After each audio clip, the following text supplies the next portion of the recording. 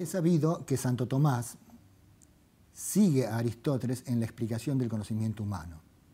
Sobre todo tiene muy en cuenta la necesaria mediación de los sentidos para nuestro conocimiento intelectual. Es por eso que está de acuerdo con el principio aristotélico de que no hay nada en el intelecto que no haya pasado por los sentidos. Entonces nuestro intelecto, para llegar a formarse un concepto de una cosa, necesita abstraerlo a partir de las imágenes. Pero esto no basta. Hay otro momento del acto intelectual en que es nuevamente necesaria la mediación de los sentidos.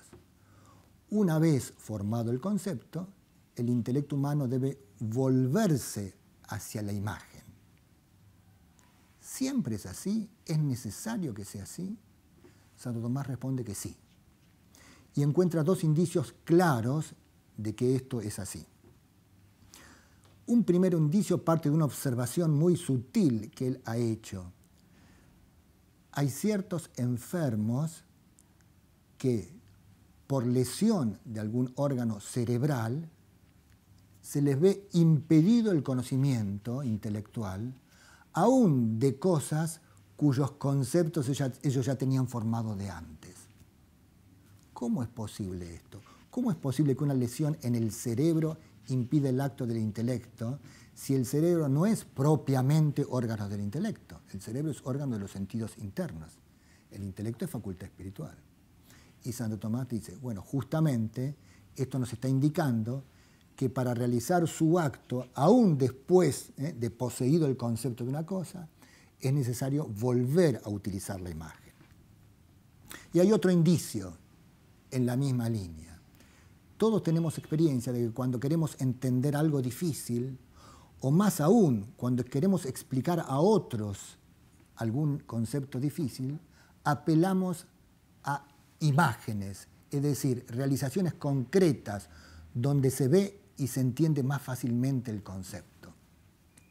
Son dos signos claros de que el intelecto vuelve a utilizar la imagen después de tener el concepto. ¿Y por qué es así? La razón de fondo es que el intelecto humano, que está en un alma que es forma de un cuerpo, tiene como objeto propio la esencia de las cosas materiales. Esa esencia solo existe en los individuos.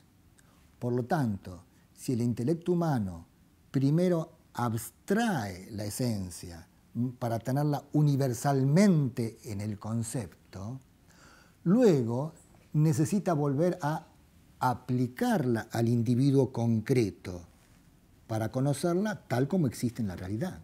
Porque en la realidad las esencias de las cosas materiales solo existen individualizadas.